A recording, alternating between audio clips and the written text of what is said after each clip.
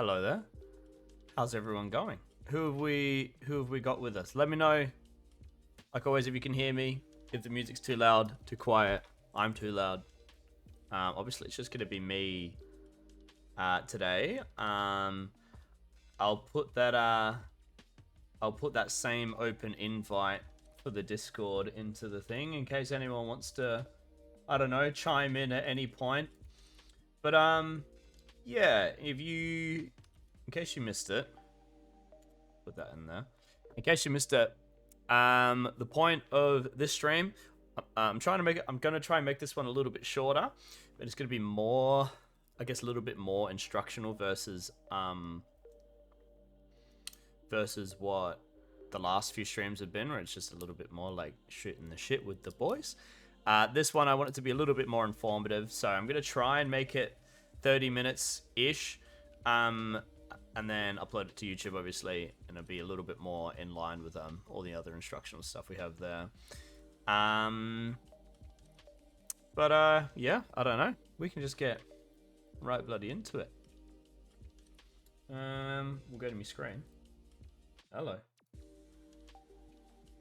Well, you can't really see the chat there, can you? It's okay though. I think it's serviceable, isn't it? Can I put a black background on that? Probably. I don't know how to use OBS, bro. I'll just leave it. Actually, I might move me. Where am I going to put me? Oh. Look, a bit of a behind the scenes look. There we go. I'll chuck me over here somewhere so I'm not in the way of the amazement. Alright. So I think the first thing I'll talk about is obviously when you go to a new arena, there's like a bunch of things that you need to learn in order to have like any kind of success, and especially for away teams, over the course of a tournament, like you're focusing on the right things at the right times, so you can catch up to the home teams is like super important. And so yeah, I think being specific about what you're trying to figure out in the arena is going to be a big help for that. So we'll talk about it from like a defense perspective first. And I guess the defense perspective has two different looks as well, so two subcategories. So the first thing with the defense that you want to be looking for is we'll talk about like how you're actually setting up your defense when you're being attacked, right? Because at the end of the day, if you don't know how to set up your defense, and like even if your attack is like super good, you know, maybe you know the good field pointing spots, but if people are just like waltzing through your base, it's going to be really hard to string a bunch of wins together, especially against teams that are like as good or better than you, right? So how are you setting up your defense? I'm a big fan of your first, like, I don't know, X amount of game. We'll say maybe like the round robin stage, you know, first 6, like half of round robin, if it's because like if we're talking like Zoltak where we play 12 round robin games ish, 9 or 12, make your first 6 to 12 just playing like standard 3 defense, 2 attack, because even though like obviously the meta will change and stuff, I think if you can make your defense work with 3, when you add more people, if it ends up being like a more heavily defensible arena, it's just gonna be like easier, right? So yeah, defense. How are we setting up the defense? So we'll talk about it from the perspective of Albury PN1, since that's the most recent tournament we went to. But I know for my own team, we're like, okay, like how are we gonna set up a defense? In a, you know, broadly speaking, it's kind of obvious, you know what I mean? You put one person in your last line position in the base, and then one on the front and one on the back, and it's like, cool. But I think figuring out the little details for your door is really important, right? So this back door, for instance, of blue, I think it was pretty obvious how you were meant to play this door, especially on Nexus, but like, yeah, every door kind of is going to play a little bit different. So finding out the spots that you can stand whilst like being a nuisance for attackers, like they actually have to deal with you, but also whilst retaining your vision on the door. I think that's one of the most important things as a door defender, right? Because obviously, if I find like some really cool position, you know, I'm defending the front door from like in here. Oh, that's not the right tool. I'm defending the front door of blue from like here. He's like, cool. You know, you might be hard to deal with, but your vision on the door is like lacking, and so you're missing like the main part of your objective as a door defender, which is to be able to calm the door, right? So you need to find a position where you can exist, where you can see the door, and then you think, okay, maybe I'll just stand around here, but then obviously you're just gonna get shot to crap, and you're basically just gonna be 3 points the whole game. So finding that balance of where can I stand, where I force people to have to like actually beat me, and I retain some vision on the door. You know, there was a couple spots for this front door. Playing around this V was like one of the options. I saw a bunch of people playing around this V at Albury, but I myself was actually very fond of playing right here because you could see the entirety of the door. You had lots of cover and stuff. You had an ability to, you know, if you've got snipers on the outside, you can kind of shoot back at them and stuff. And it forces, you're in a position where if, let's say, okay, well, I should make me a blue, or blue X, and we'll give me an H. There's me. And then let's say we have a red dude. I'm in a position where red attackers can't just like spawn on the door and run in, right? Because they're just going to get shot in the back by me. So they have to come all the way to me or find a way of dealing with me, which is just making it as difficult as possible to get in. You know, step one of attacking a base is you have to deal with the door defender on your door. And if they are very good at making that hard, you're going to have less and less opportunities to get clean lunges and the ability to set up pins on the last line, right? So, yeah. In summary, finding a spot where you can exist without being shot, force people to actually have to beat you to get into the base, whilst retaining vision on the door. So, I guess we'll just mark where all of those were on the arena. So for me, or at least where I played them, for me, the front door was here. I didn't actually play the back door blue much, but like that one had a very obvious spot, I think. For red, this front door was you know, you could be in quite a few places really, but I think really just existing in like this kind of space. We'll do like this instead, yeah. And that kind of space was good. So like you can move around depending on where people are. You're retaining vision on the door, and you're forcing them to have to deal with you first. On the red back door, the red back door was interesting because like this entire wall here was like super reflective. So, you know, you'd think standing somewhere like here would make sense, but then someone here could like let's say we got some dude there, they could reflect you off of this wall. Or someone posted up here could reflect you off of this wall. So the back door was like reflex central, and this like half height thing made things difficult as well. So I think occasionally you'll have doors where it's where you're supposed to stand and exist isn't as obvious. And usually when that's the case, like you're gonna have to move around quite a bit. So for me personally, when I was playing on this door, I was basically going between here to shoot people like through the sweep through like this.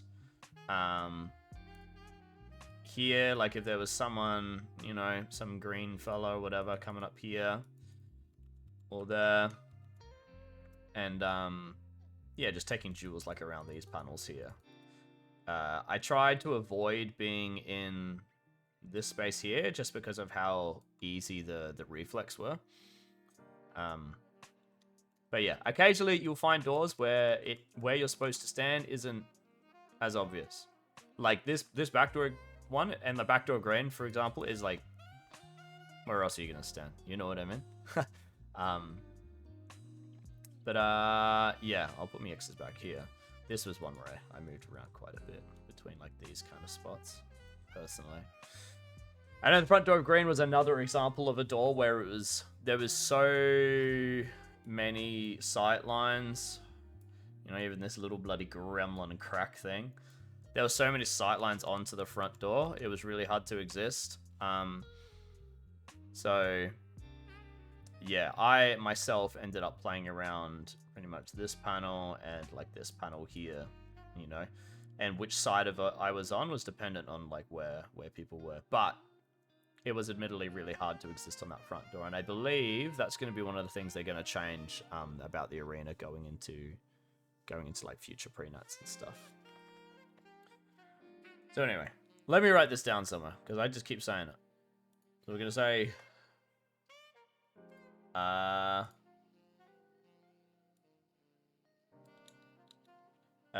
door defenders. You need to find positions you can exist.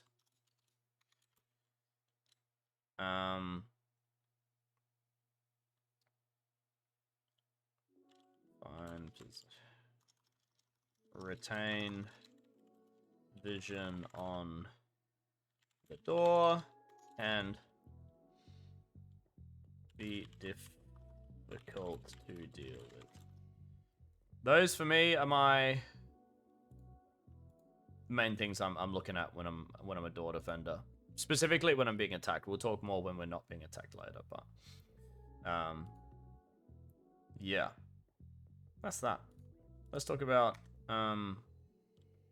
last lining. So I think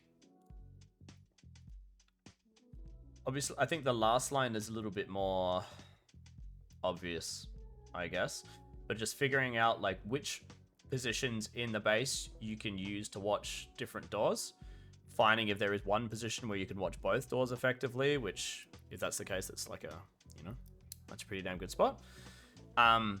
But then also just knowing if there are spots that are super good at watching one way but are vulnerable to the other one, like what are those angles, and then how maybe your team can you can use your door defenders to help mitigate the risk of that. So we'll talk about red maybe for an example. So lots of people, or pretty much everyone, what color? I'll do green.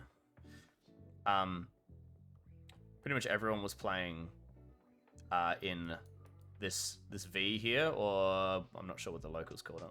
We called it the V, I think. It's been a while. And that's what was really good, especially if you had like good switch holds and stuff. So, you know, you get comms on back, just post up on this bit here, easy, and you get comms on front, you post up on this bit here, and that was easy. One of the things we figured out pretty quick, or anyone that played in red figured out pretty quick, is that you can't play on this part of the panel if you have an attacker that's or someone that's active here, because they can just shoot you over the half height. And so that was like one of the little 1%ers you had to account for when trying to last line, you know. So let's say you get back comms. If you could like clear front or zero front, then sure, you can like just sit on there and shoot the back door. Cool. But if you have comms that there's people on front as well, going to that position isn't an option because you're just going to get shot straight away. And so you would have to do stuff like step off the panel a little bit so you wouldn't be exposed. So you're still kind of able to watch back, but like you're not on the panel. So, you know, a lunge on you may be a little bit easier. Or you just had to deal with this front door threat if you could first, and then you could go back to watching back door. But yeah, that's just an example of something you had to consider. There was also this box position, which was like okay in a pinch, but the lunges onto the box were like way easier than into the V. The V was like pretty deep in the base. And I think also on Helios 2, I have a feeling that this box position will be very, very difficult to pull off, especially like trying to hold this bit here and watching someone front. Yeah, the distance there is like it's nothing. So that's going to be easy phaser shots for days. So it was an option though. But yeah, I think something that was actually unique about red while I was at it is we had this like crazy cross shot from the door defenders through the base. So that was something that you could really abuse.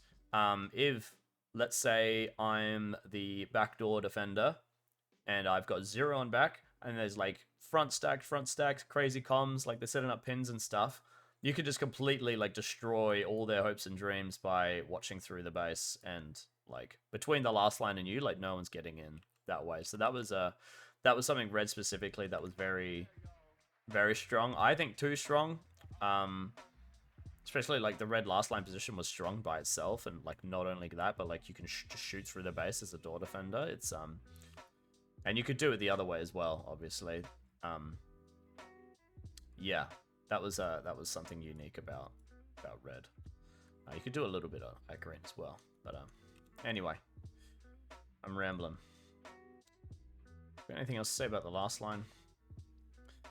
Yeah, I think the big thing is just finding the positions that you're comfortable in, knowing which positions you would use to watch which door, and then if there's cases where you are vulnerable to one door while watching the other, like knowing within your team how you're gonna deal with that. And usually the answer is just really good comms, right?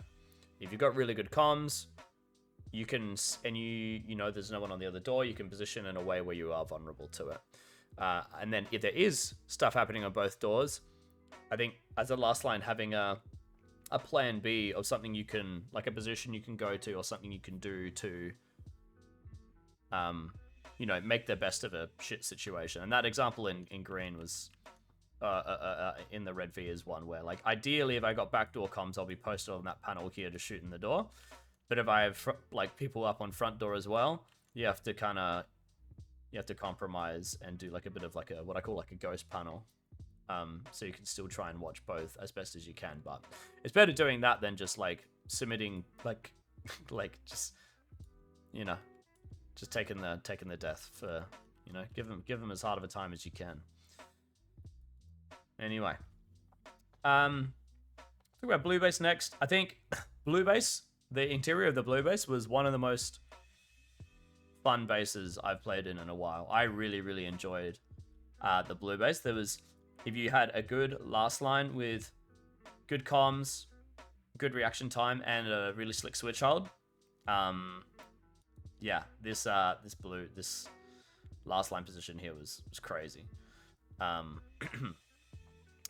And there was, what I also liked about it was there was this obvious spot which was like sitting in the middle here, and then you just respond to comms on like front and back.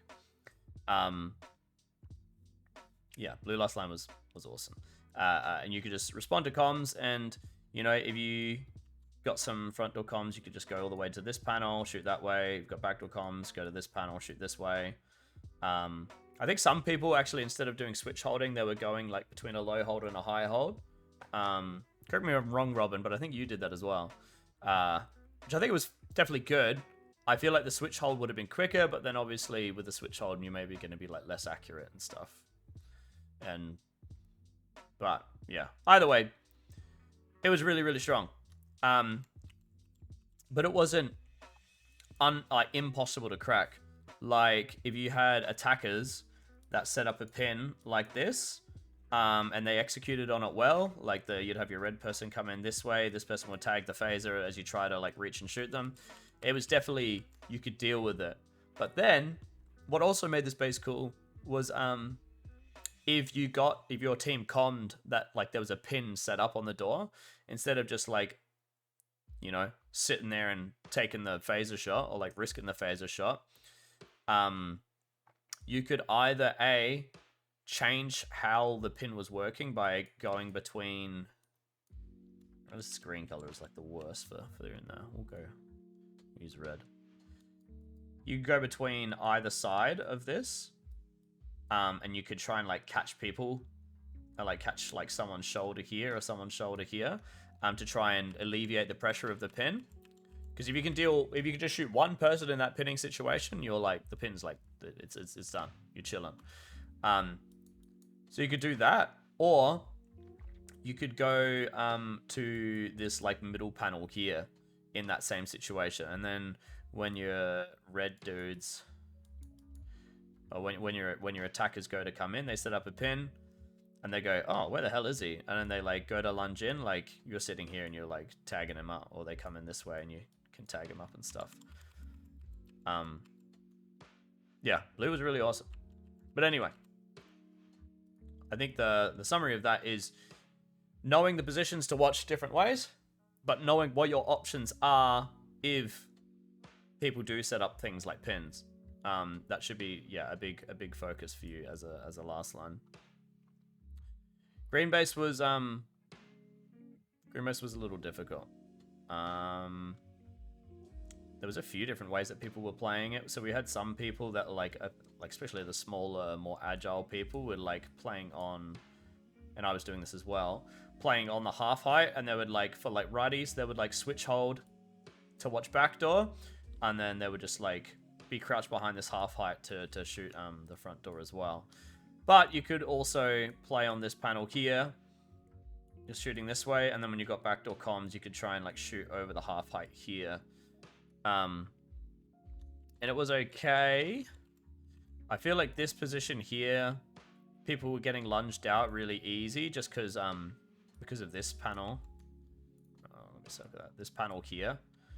So like as an attacker like running in, it wasn't a very long run or lunge to get from here to that is a bad color again. We'll go purple. To get from here to here. And then yeah, once you got there, like that was like a done deal. That was an easy kill. But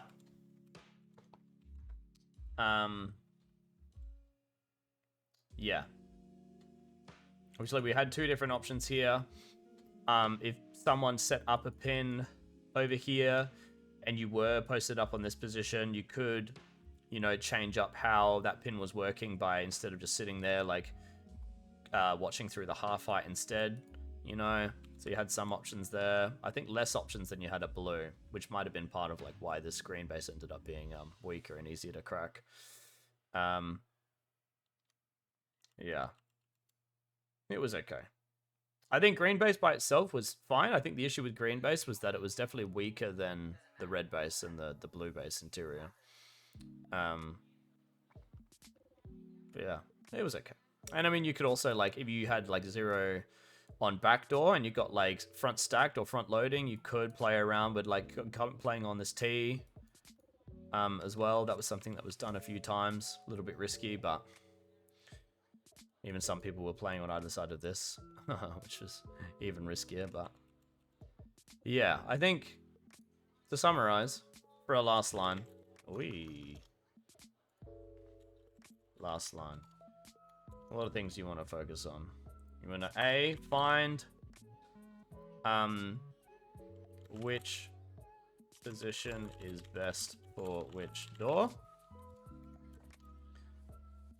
Identify plan Bs for... Alright, let's leave it at that. Identify plan Bs. Let's leave it at that. We know what I mean. Identify plan Bs, and I don't know. What else do you really need to know as a last line? Not much. Let's leave it at that. Those are probably the two main things you want to focus on as a last line. Okay, that's there. Next, talk about like field pointing, I guess. So like you're a door defender, you've called 0 on your door. It's now time to push up, shoot some people. What are the things that you need to be focusing on to really like learn the arena? So for those of you that have watched my field pointing video, I think one of the most important things is identifying your reset points, is what I've called them. And that's just the furthest point that you can push to from your door without anyone being able to sneak past you, right? So let's talk about... We'll talk about blue first, I guess. So... example of that would be what was interesting about these bases is that except for red, there was like basically like 3 ways of getting to the bases, like blue and green. And so what my team actually ended up doing is when we were 0, we had our last line push out to cover one of those, rather than having like our door defender like really far back to try and account for both, if that makes sense.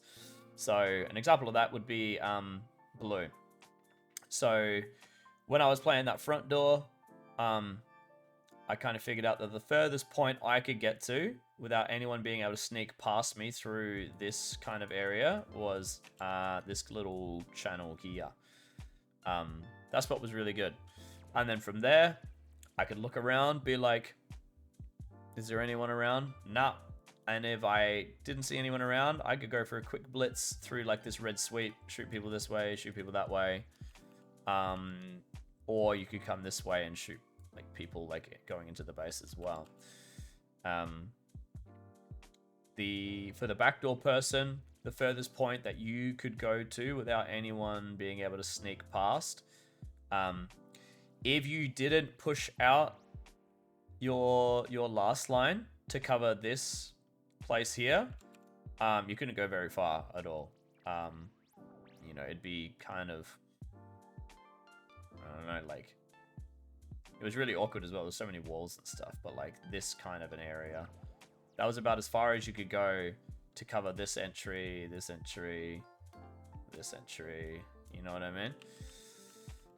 But if you did push up your last line to here to cover this middle sweep area, you could push up as far as here, and no one would be able to sneak past you. And then that was your reset point. And then from here, you can do blitzes to like shoot through the cross if like red people are coming in, right? Or to try and like do a quick lunge to help your team get in the base. You could do runs through here to get different angles on the front door. Yeah. But in general, when you're learning field point positions, the first step is finding what your reset point is and how far can I push without anyone being able to sneak past me. How far that is will be different depending on how many people you push up, I guess, is the crux of that. What did that look like at red? The red backdoor one was pretty obvious. You could get as far as there. I really should have been doing different colors or markings or something, but whatever. It's going to be a mess. I don't mind. For the backdoor person, it was there. That was your reset point. 0, no one coming through, no one around, no one reloading. Cool, I'm going to do a little blitz this way, maybe shoot this backdoor person. Or you could even do like a quick lunge into the base. I think quite a few teams, when they were red, actually got their green base from just like playing the back door and just like doing a little blitz through when they had no one attacking them. Or if nothing was happening here, you could do a little blitz down like through the sweep, shoot someone front door. You could like shoot people like just in the mid here as well. It was a good spot. It was a very strong spot actually. I think this push specifically was probably one of the strongest pushes in the arena, and it felt pretty safe as well. Yeah, like, I mean, if you look at the blue pushes, like, that, for blue, because it's so far away, you had to push really far to be able to get field points, whereas red, like, you're going from here to here, or, like, whatever path you take, it's very close to your base. So I think this spot was actually one of the strongest in the whole arena in terms of field pointing. But then the red frontal person, their reset point depended, again, whether you pushed your last line out or not. If you pushed your last line out to, I know some teams push them out to here, or if you push them to here, then, actually, I am gonna use a different color. There's so many X's around. Is there an eraser tool? There is. Does that erase everything? Oh, it does. Whoops. Okay. Let me get rid of these other ones. Yeah, if you pushed out your last line, you could push your front door person a little bit further. We'll just leave it at that. That's fine. Yeah. So if you pushed your last line, we'll do red L to like there or there. Then your front door person, their reset position could be as far as here. And then, yeah, they're doing kind of the same thing what the blue front door person was, where you can get like shots down here, come around here, get shots through the TARDIS and stuff. You know, if it's super clear and you do have your last line pushed up, you could maybe do like a quick lunge through the base. But if you didn't push your last line up, or if you instead, rather than pushing like kind of like your backdoor person here, your last line there, like a kind of a more even spread, if you had maybe your last line and your backdoor went that way, you could just field point from this position, and then you've got this enormous sight line through the arena, and no one can get past you without you seeing them either. So that spot was really good. I'm pretty sure in the final game in the grand final at Prenuts 1, I think Cyrex was playing here, and she got like some crazy tag ratio from that spot. Yeah, so that was red. Blue, the blue backdoor person, that was again pretty obvious. I think the furthest you could get to without someone sneaking past was here, and then same thing, not being attacked. Do little blitzes this way, do little blitzes this way, especially with how reflective this panel was. You could like, that green person could actually cause quite a lot of havoc on that backdoor of red. And again, for green, where your front door person pushed depended on whether you pushed your last line up as well. Actually, yeah, I think for the most part, what this spot here was like very good, because you had the really long sight line like all the way to like here pretty much. And then if you wanted, you could like do like a run through, you could like shoot through this angle, you could shoot through this angle, get different angle here. That spot was pretty good, and it was like really long sight lines.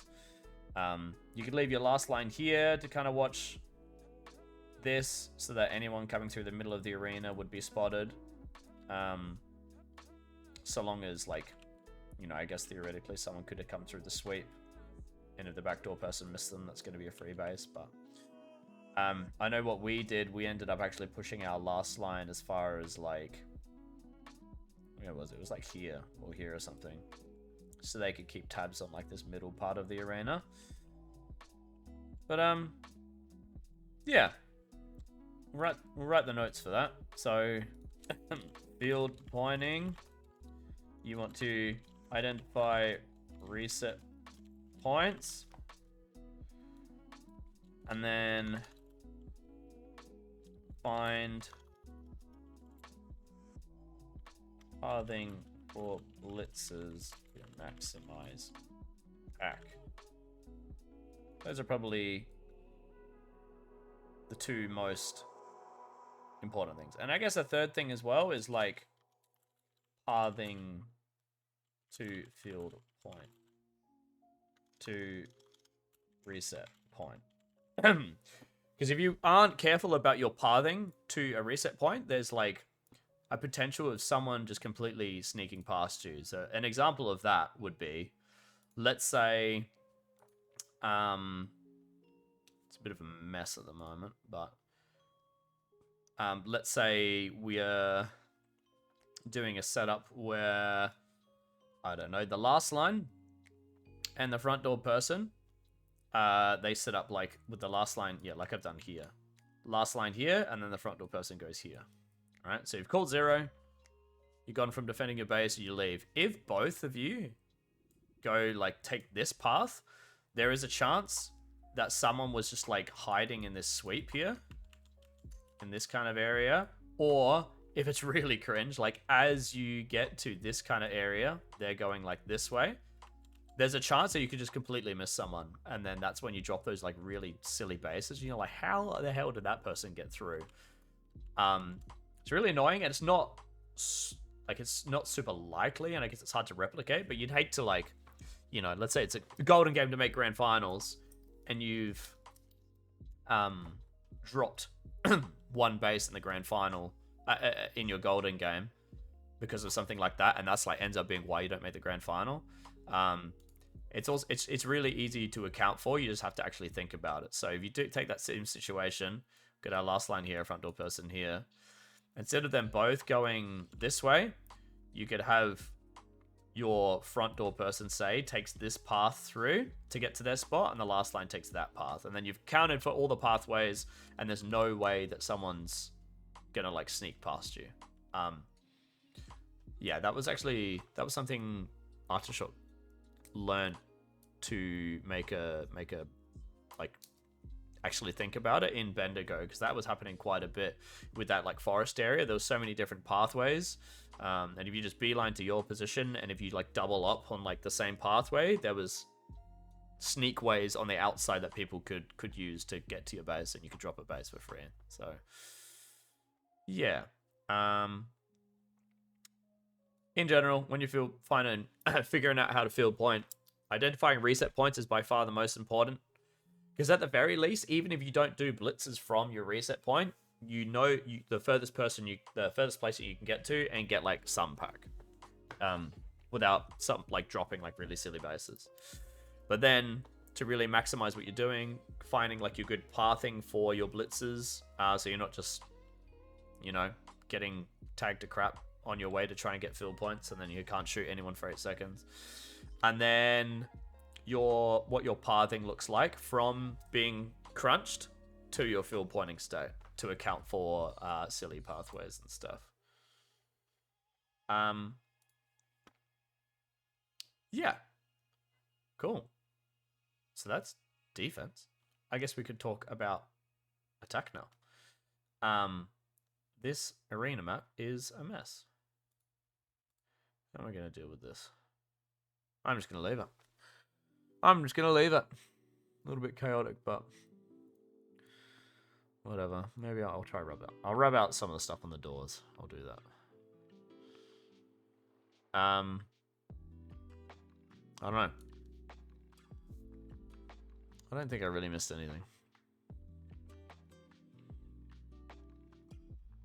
But I think I'm a big believer, if you can figure out how to do the really fundamental stuff, like how you set up your defense, where you like to stand as a door defender so you can be effective and calm, how you like to last line, where your field point spots are and everything. If you can figure out all of these very fundamental things in an arena, that's when you can start playing around with like more advanced strategies and stuff. But if you're trying to do these advanced strategies when you can't do these fundamental things in a new arena, then you're just setting yourself up for failure. So yeah, attacking. I won't talk about it from a captaining perspective, and I'm gonna lump attacking and like lead attacking together. But obviously you need to know how to get into the bases, and what that looks like is could be different for each of them, right?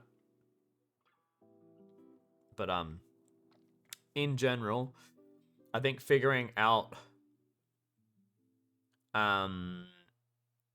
what ways you can set up to deal with like how you're going to set up to deal with the defense, right? So we'll talk about red first, because red was actually a very interesting one, and one that I know my team struggled with initially, which was because of that cross shot I was talking about before. So let's say we have our red last line. They're sitting there and they're watching the front door. Okay. My team wants to try and set up a pin, right? Where we've got one person in a pin spot and then one person in a diving spot here. That's awesome. Cool. Like in principle, this person's looking for a phaser shot here. This person's going to either lunge like deep into the base to draw out a shot, or they're just going to straight up lunge the person. Do it either way. I'm more fond of lunging deep in to try and like really make this person reach to shoot you, but each to their own. If you've got a good lunge, then, you know, maybe just send it. And that's what we started off trying to do. But against teams that knew knew about this cross shot, it got completely destroyed, right? Because you can set up a perfect pin, right? But then the back door person says, like, it's got 0 on their door. The front door person calls a pin. The back door person can just, from wherever they are, just watch through and just completely destroy a pin. So it was like, okay, normally you got a last line position, you just set up a pin, and then you can get into the base. But this was a situation where you couldn't just do that because of how strong the cross shots were. And so it became a case of, I think figuring out what tools you need to use to get into the base is what Fucking said in the chat, and that's definitely like the way to think about it, like, you know, or if you think of the defense as like a lock, you need to find the right set of keys to really crack that bad boy open. And so what ended up happening was, or at least what we did, is you got your front door person here, your back door person here. To get into red, we really felt like you had to do, rather than setting up a pin, at least if it was just the defense, you had to set up a pincer instead, where like you go like one person attacking each door. Because now, you haven't put all your eggs in one basket and you're only on one side, so the other side can just watch you, like they both have to deal with you. And then if you're able to both win your duels, the last line's in a position where they're going to have to watch both ways as they're getting lunged. And that's going to be really hard. What made red so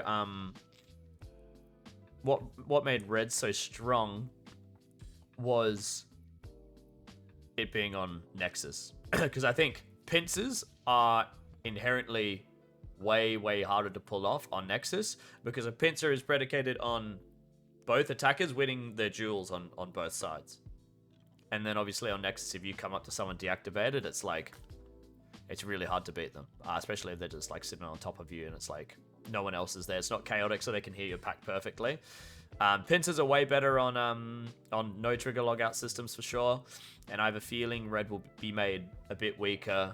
Even if it wasn't H2, if it was like H Pro as well, it'd be made a bit weaker by that. But like we said, if it was H Pro, like this last line would be impossible to get up because of the phaser. But anyway, yeah, figuring out what keys you need to unlock this base. And it was a case of, if you just pin at red, if there was stuff happening on the back door, or for whatever reason there was only 2, you could get in. Like that was your way to get in. But as soon as it was this one of the doors was uncontested and they could just shoot through the cross, like you had to change to a pincer.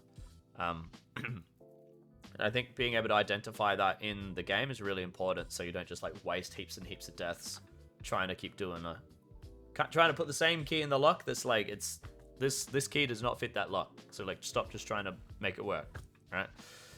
And then that's just getting into the base. The next bit is actually destroying the base, and it's finding your positions that you like to take the base from, depending on which door you come from, right? So I think the obvious spot is just like in here that the last line was playing, right? That makes a lot of sense. But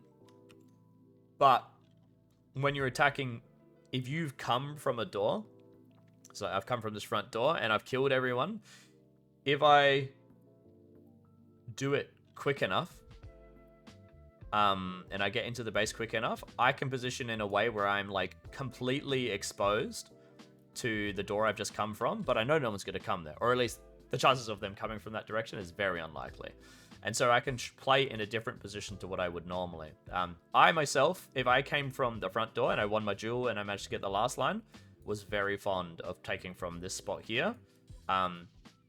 It wasn't used very often, which like caught a lot of people out. At least over the course of pre-nuts, maybe over the course of the nationals, like people will clue on a bit, but it's not a spot that normally gets played, and so like people will hear shots on red, and if where your position is hasn't been called out, they're just gonna lunge in, assuming you're in the like this spot, or assuming you're in here. So yeah, finding spots where you can take the base where you are super exposed to the door you came from, but like really effective at watching the other way, as long as you can still shoot the base, obviously. I think that's how you can secure like a bunch of, you know, pretty clutch bases by doing that. And then obviously, yeah, all the things I said about last line can pretty much be applied to attacking, like once you're in the base as well. Like, let's say I get in, but then people start activating and I'm not putting shots on the base, especially, you know, you can kind of just think of yourself as a last line. Like, okay, they're setting up a pin. Where can I move to so that I can kind of deal with that? You know, an example would be, like, let's say the attack sets up a pin dive here, rather than just sitting here and, like, taking the death. If I had 0 in front, you could come around to this position here and completely, like, ruin their pin. But anyway. I don't think I've got anything else to say about red from an attacking perspective, but I'm going to write these notes down before I forget. But attacking, finding the right key to fit the lock. And then identifying strong taking positions. Because those taking positions might be positions that you would never play as a last line, or you play that very, very little, because it doesn't make sense from a last line perspective. But when you're attacking and you know you've just cleared that door, you know, it opens up some like different spots to you. I feel like that probably sums it up pretty well. Like the finding the right key to fit the lock is obviously a very broad one, but yeah. And if we apply that like same thought process to blue, I think pinning at blue was super important, and also just really like pretty strong. The pinning at blue was stronger than it was at there than it was at red, because at blue, when I set up a pin, like I've got my diving person. Let's assume I've got my what's it called? The last line just in this spot here. I've got my diving person there, my pinning person here. Because the cross shot wasn't really a thing. If it, I don't remember, but if it was there, it was like the chances of you hitting that shot were like not very likely if you're moving fast enough. And then you could do stuff like your diver would go in this way, get the shot on that person, and then you could take from like this place here where the last line normally plays, but if we apply that same point too, you could do stuff like taking from this position here, and you could catch people out, because a lot of people just like, they hear shots on blue, if they don't get a comm that you're on the middle paddle, they're just going to lunge and assume you're going to be in here. They take that pot shot, they miss, and then you've got a chance to shoot them before they can shoot you back.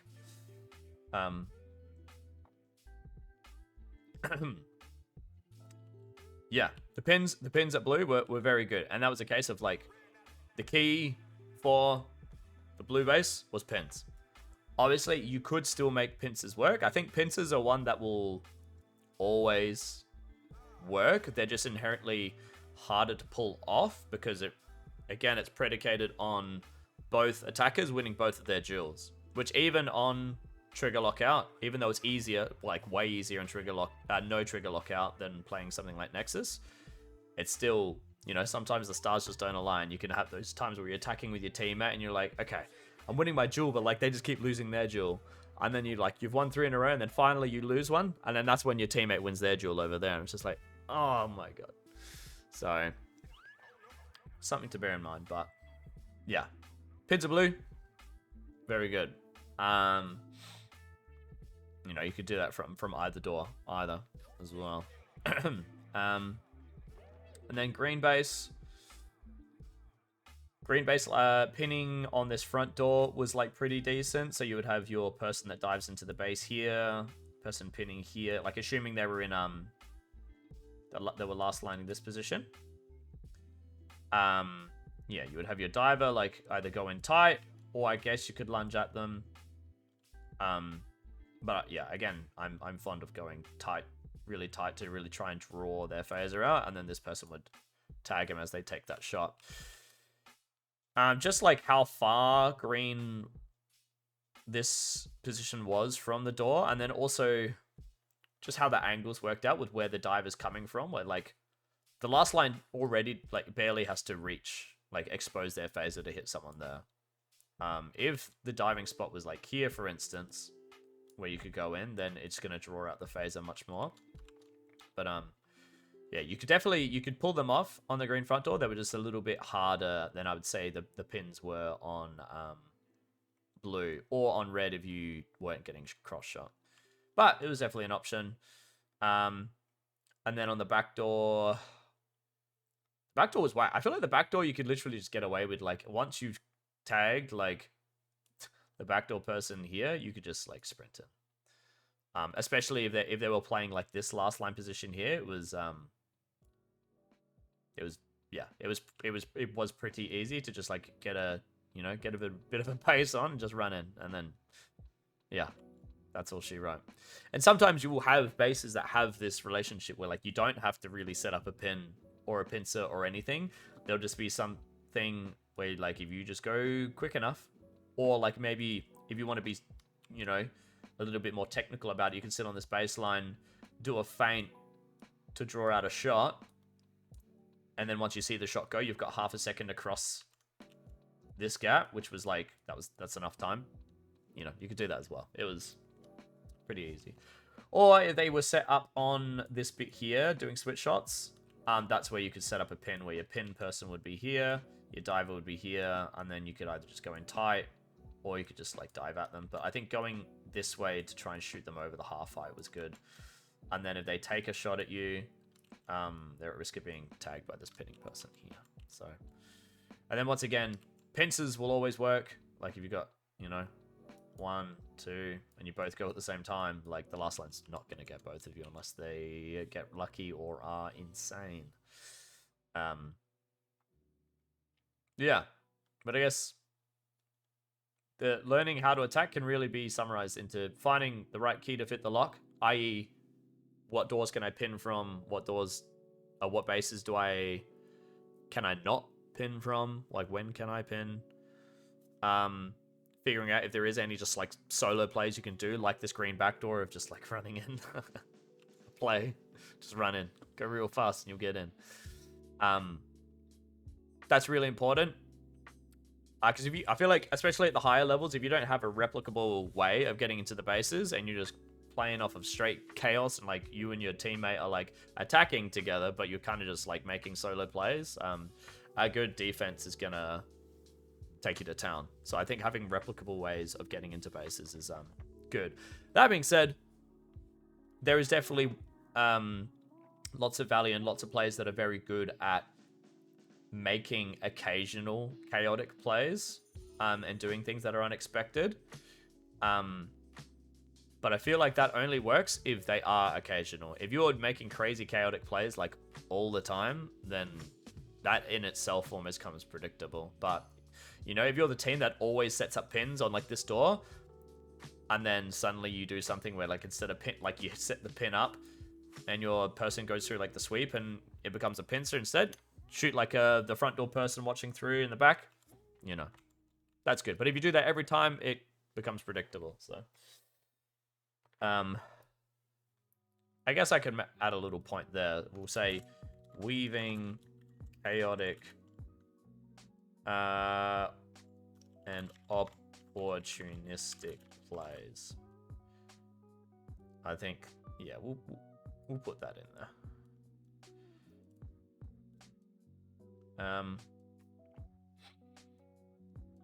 Yeah, but honestly, I think I've been rambling quite a bit. But if you can focus on these things as a team when you go to a new arena, and you can, by the end of like, let's say, if it's pre-nats, like by the end of Cascade 1, or if it's nationals, and if you've already been to pre-nats, by the end of round robin, if you can have these things figured out, you're going to be on track to have a pretty good nationals, I think.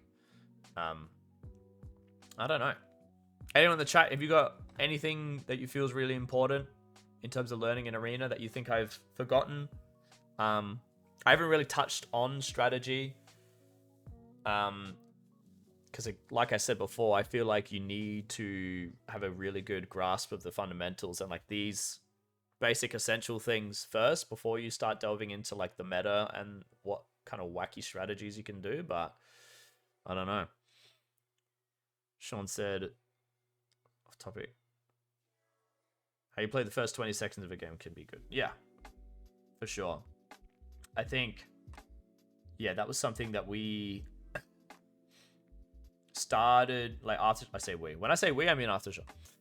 Aftershock started thinking about in Bendigo, I think, in 2022, but we really started focusing on it more in Hobart, where it's like, from every single base, right? Your team will have like whatever your opening positions are, right? Like for Hobart, it was always Fugman was out on captaining, and he'd go out. I was like the opening batsman, opening attacker, so I would go out, and then we had Mikey, Chutch on the doors, and then Beefy last lining. But from every single base, by the end of Hobart, we knew our pathing to like the best pathing to get to the best spot to start off the game getting points instead of just getting tagged. You know, and there's games that get won and lost by like a few hundred points, and those few hundred points could be what happened at the start of that game. You know what I mean? So rather than being the team that, you know, instead of having specific spots that you like race to right at the start of the game to get those first like ding first couple tags, yeah, then if you're not doing that, then you're the team that's kind of just like, all right, guess I'm going to go out and attack, not really thinking about what way I'm going. I'm just going to go to that base. And then you're the player that's getting tagged right at the start of the game. And, you know, starting your team off on like negative points, right? I think if you watch the first like 10 seconds of a game, you can always see what teams are the ones that do think about that are and which ones don't. The ones that don't will start the game and they'll all get tagged or something, like, or like 3 or 4 of them will get tagged, and they'll be like, whatever that is, like negative 160 points just right off the rip, and then you have another team that just goes like up to like 600 points right in the first 10 seconds. I was like, yeah. So that's definitely a thing. But I think that's something to think about kind of in the background, I guess, as you're doing all of these things.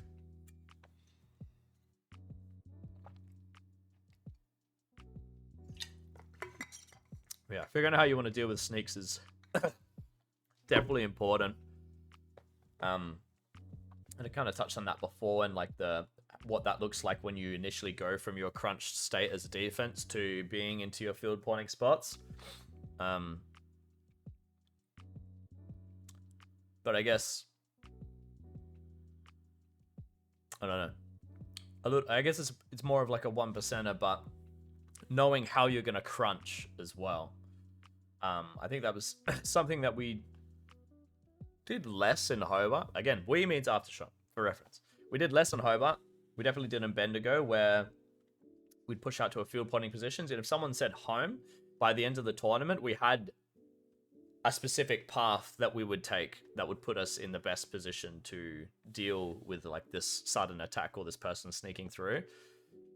Because occasionally if you don't think about it, and you just like, oh, I'm just gonna run home, and you just like rush in, that's when people can get those really annoying, like, you know, as soon as they get to your base, they like catch everyone out, shoot everyone in the back, or shoot people like coming back from their field pointing spot, and then they get a free base. Admittedly, I didn't really think about that at this Albury Pre-Nuts 1, but that's definitely something you can add to your tools in the tool shed. I think, yeah, a big thing as a team in general is just mitigating all of those like really silly bases that you drop. Because in a game where you can lose by like milliseconds, you can lose by one tag, like dropping one base that was super preventable. Like why wouldn't you try and prevent that every time? You know what I mean? But you got to think about it. If you're not actively making a conscious decision to think about it and deal with it, then it's gonna happen again. You know what I mean? But I've already gone half an hour over what I was aiming for. So go me. But yeah, I don't know. Has anyone else in the chat got any questions? Maybe questions about the Albury arena that you're curious about? Questions about this topic of learning new arenas, or I don't know, anything else LSA related? You can chuck it in the chat now, and then I'll probably I'll wrap up, because as you can see, I'm very nicely dressed and I've got somewhere to be after this, so we'll be wrapping up the show momentarily. Let me get rid of that guy. I'll go back to the screen. Hello. I suppose I should save what I just wrote, huh? Save that somewhere. Things to focus on. Boom. Cool. All right. Well, yeah, relatively short stream today. But actually, this will be, if you didn't read the post, this stream here right now that I've just done is actually the stream that's going to be what gets us over the line to qualify for Twitch affiliate. So that's really exciting. Yeah, people might think, I don't know, people might think that we've been making money off of LSA, but we haven't made a single cent off of LSA currently. So reaching Twitch affiliate was something that was like difficult, with like having to stream 7 times within a 30-day period, just given how busy we all are. But yeah, I really wanted to make a big push for it. You know, just go, if we're not doing it now, I'm just like never gonna do it, so I'm just gonna bloody send it. And yeah, here we are, we've done it.